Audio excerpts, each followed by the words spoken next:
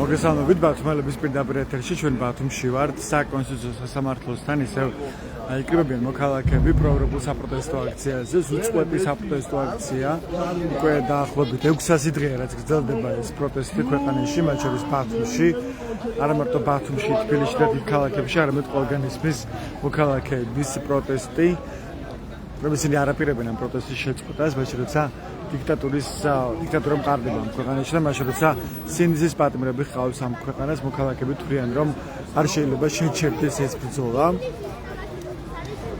ბათუმში უკვე ტრადიციულად ყოველდღურად იკრიბებიან მოქალაქეები საკონსტიტუციო სასამართლოსთან ნებისმიერ ამინდში ზაფხულში თუ ზამთარში გვეხირავთ რომ გამოკრულია ფანერი თავისუფლება რეჟიმის ტყვეებს გამოკრულია ასე გამოფენილია საქართველოს ევროკავშირის და უკრაინის დროშები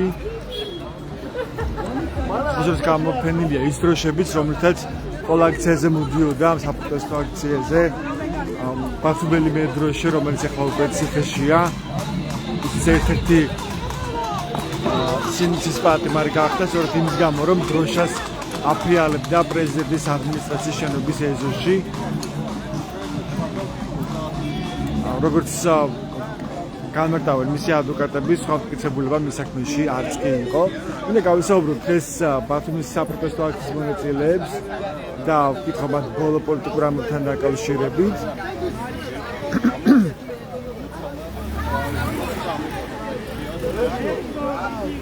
მოგესალმებით. რომა, მოდი თქვენ დავიწყოთ.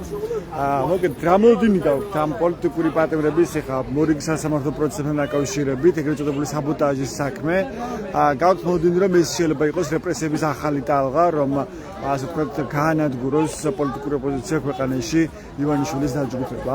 კი, რა თქმა უნდა, ცალსახად ესეთი მოლოდინი მაქვს მე, რომ თავიდან ბოლომდე პირველ ეტაპზე აქტიური საზოგადოება იქნება რეპრესირებული მეტნაკლებად და შემდეგ ეტაპზე უკვე ნაკლებად და ნაკლებად ნებისმიერი ვინც უფრო აქტიური იქნება ყველას შეესწრება რომ გააჩნია ეს ქართული ოსტების მოგონილი პოლიტიკა არ არის ეს ზოგადად რუსეთში საბჭოთა კავშირის დროინდელი მექანიზმებია ის ხდებოდა და იქიდან ანუ ჩვენ ვხედავთ ახლა იმას რასაც კი აქეთ ავდგეთ რომ გაწვიმდა ახლა პრინციპში ბათუმში და შემოვედით ხის ქვეშ ანუ ჩვენ ვხედავთ იმას რაც წლების წინ იყო რუსეთში აქტიური ფორმებით გამოიყენეს რომ გაენადგურებინა და ჩაეხშოთ ყოველგვარი კრიტიკა და პროტესტი ქვეყანაში ხო კი ნამდვილად ესეა თავიდან ზუსტად რუსეთშიც, მათ შორის ბელარუსშიც, თავიდან ზუსტად ისეთი ტემპით და ისეთი ხარისხით იწყებოდა ყველაფერი, როგორც აი ჩვენთან.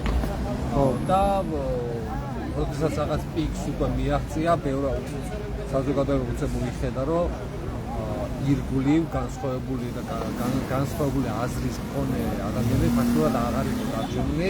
თუმცა შორის ბოლო ოპოზიციონერი დააკავეს ახლა უკვე რუსეთში, ვინც აპროტესტებდა ომს უკრაინაში, ხო? ახლა ბოლოს კარამურზა დააპატიმრეს, შემდეგ გაათავისუფლეს, შემდეგ ისე დააპატიმრეს და მთელი ბევრი პროცესი იყო ამას დაკავშირებით. ჯამში იმის თქმა რომ რაღაც პერიოდის შემდეგ, როდესაც საზოგადოება გამოფხიზნება მოიხედავს, ანუ აღმოაჩენს, რომ განსხვავებული აზრის მქონე ადამიანები ან ციხეშია და ძალიან სერიოზულ რეპრესიებს განიცდის, ან გაქცეულია, ან მოკლეს. ყოველ შემთხვევაში კარგი არაფერი არ ხდება ასეთ პერიოდებში და საბოლოო ჯამში, რასაც ამ ყველაფერს ვიმყავთ, ანუ ესეთ რეპრესიებს, ანუ ქვეყნის განვითარება მოხუჭდება ძალიან სერიოზულად. წლების განმავლობაში, ყოველ წელს მაგალითად მე ვადარებდი მათ შორის ვაქვეყნებდი კიდეც დემოკრატიის ინდექსის კვლევებს მსოფლიო მასშტაბით. ჩვენ საქართველოს მხარეს ვეცნობოდი კარგად და ყოველ წელს გამონაკლისების გარეშე სამწუხაროდ ბოლო რამდენიმე წელია უკვე სტაგნაცია არის, სერიოზული სტაგნაცია გვაქვს და ეს ყველაფერი ძალიან აფერხებს ქვეყანას. აფერხებს მათ შორის განათლებაში, ეკონომიკაში, შემოსავლებში, ინდივიდუალურ შემოსავლებში, წელფასის ზრდაში, ბევრ რამეში აფერხებს ეს ყველაფერი და შესაბამისად სერიოზული პრობლემები იქნება რა. განსხვავებული აზრის მქონე ადამიანების არ არსებობა ქვეყანაში საერთო ჯამში გრძელვადიან პერიოდში ძალიან სერიოზული პრობლემა შექმნის. დიდი მადლობა. ეს რომა გოლობერიძე იყო, აქციის ერთ-ერთი მონაწილე, თქვენ მოსუსმენთ ჩვენს ბათუმელების პირდაპირ ეთერში. ბათუმის საპროტესტო აქცია, მოქალაქეები რჩებიან აქციის წვიმის მიუხედავად. მოგესალმებით, შეიძლება გაგესაუბროთ. რატო აი ოპოზიციაზე მინდა კითხოთ, ელოდებით თუ არა ახალ რეპრესიების ტალღას ლიდერების. კაი, მადლობა. მოდი ასე თქვენ გითხარით, ველოდოთ თუ არა ახალ ტალღას რეპრესიების, გაქვთ თუ არა ეს მოლოდინი, მაშინ როცა გრძელდება უკვე დაჩქარებული ტემპით, მანამდე იყო შენელებული თქვათ, ხო? და არჩებოდა აშკარად შტაბის-დება, რომ ჩქარობს აივანიშვილის სასამართლო იმას, რომ მაქსიმალურად სწრაფად გამოვიტანოს განაჩენები, ეგრეთ წოდებული საბოტაჟის საქმეს და არაერთი ლიდერი არის ბრალდებული, ხო? და ძალიან სწრაფი ტემპებით იმართება ეს პროცესები თბილისის საქალაქო სასამართლოში. გაქვთ მოლოდინი, რომ ეს შეიძლება იყოს რეპრესიების ახალი ტალღა, რომ საბოლოოდ გააქროს ქვეყანაში, ასე ვთქვათ, ოპოზიცია ივანიშვილის დაჯგუფება. ნუ მოლოდინი იმისა, რომ ქართული ოცნება უკან დაიხევს ან არ გაატარებს იმ რეპრესიებს, რასაც აქამდე აკეთებდა, ცხადი არავის არ გვაქვს, ცხადი გვაქვს მოლოდინი იმისა, რომ ბოლომდე ჩვენ არაერთხელ ვისაუბრე ამ საკითხზე, ბოლომდე ჩააჭერს ის და ბოლომდე მოუჭერს მარყუჟებს იმისთვის, რომ ქართული ხალხი, მოქალაქეები შეავიწროოს, დააშინოს და გაატაროს ეს პოლიციური რეჟიმი, რომელიც დაისახა მიზნად და ბოლომდე ამას გააკეთებს. მთავარი აქ არის ის, რომ რამდენად შეეგუება ქართული ხალხი ამას, იმიტომ რომ ყველაფერს აქვს საზღვარი და ეჭვი მაქვს, რომ ქართულ ხალხსაც ერთხელ და სამუდამოდ ამოიღებს ხმას ამ უსამართლობის წინააღმდეგ, იმიტომ რომ ჩვენ ვხედავთ, რომ ეს რეპრესიული კანონები, ეს ვითარება, რაც არის ქვეყანაში, არ ეხება მხოლოდ იმ ადამიანებს, ვინც ვართ პროტესტში, ვინც ვართ ამ ხელისუფლების წინააღმდეგ, არამედ ეხება ყველას, მათ შორის ქართული ოცნების მხარდამჭერებსაც. ამიტომ მგონია, რომ ისინი კი გააკეთებენ ყველაფერს ერთის მხრივ ჩვენს დასაშინებლად, რაც არ გამოუვათ, იმიტომ რომ აქამდე არ გამოუვიდათ და ასევე იმ ხალხის დასაშინებლად, რომელიც არიან მათი მხარდამჭერები, ერთის მხრივ, რომ შეახსენონ საკუთარი თავი, დააშინონ და კიდევ ერთხელ შეახსენონ ვისთან აქვს საქმე.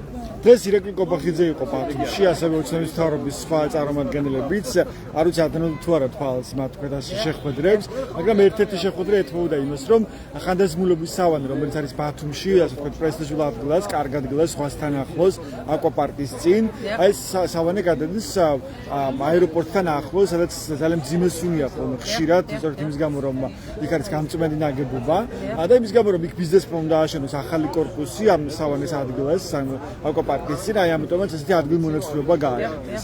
რას ფიქრობთ ამ პროექტზე?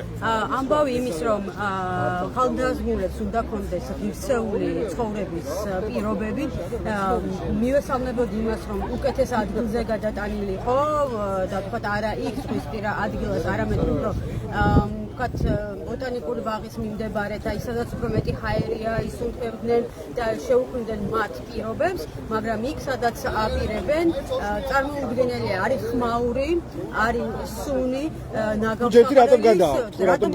გადააქვთ მიზეზი, რატომაც გადააქვთ, არის ის, რომ კიდევ ერთხელ ვიღაცას მიცენ ბიზნესებს, დეველოპერებს და იქ ააშენონ კიდევ მრავალსართულიანი კორპუსები, ისედაც დამძიმებულია ახალი ბულვარი მაგით და კიდე დაამატონ.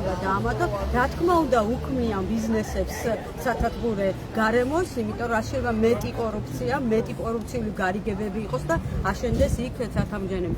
ამას ემსახურება და არა იმას, რომ რაიმენაირად გაუმჯობესება იქნებოდა, კიდევ ერთხელ ხაზობ, გაუმჯობესება იქნებოდა ის ბუნებასთან ახლოს, სიმშვიდეში, სიწყნარეში, ღირსეულ გარემოში, რომ გადაეყვანათ ეს ადამიანები. იმიტომ რომ სადაც იყო, არც ის არ იყო, კი იყო მაგალითად ზღვასთან ახლოს, მაგრამ იქვე იყო სკოლა, დასახლებული ტერიტორია, ხმაური, სულსაცობები და იყო ალბათ მოხუცებისთვის ეს ადგილი იქნებოდა შემაწუხებელი.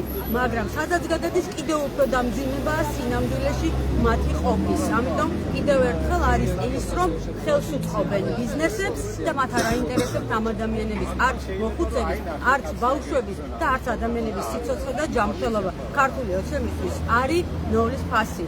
არც ტოლერანტობა აქვს, არც ჰუმანურობა აქვს და ჩვენ ეს კარგად ვიცით. ეს მათი გაცხადებული პოლიტიკაა და მიყვებიან თავიანთ პოლიტიკას. მადლობა. ეს ასე გაბუნია იყო თავისუფლების მოედანი.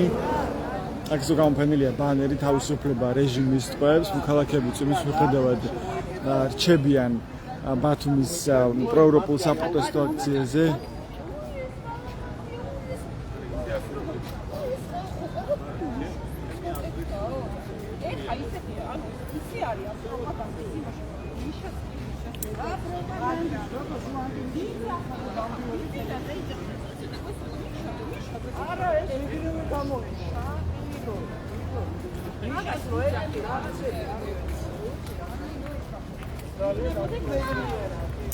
ასეთი მოქალაქეების პოზიციები ბოლო მნიშვნელოვანი პოლიტიკურ ამბებთან დაკავშირებით.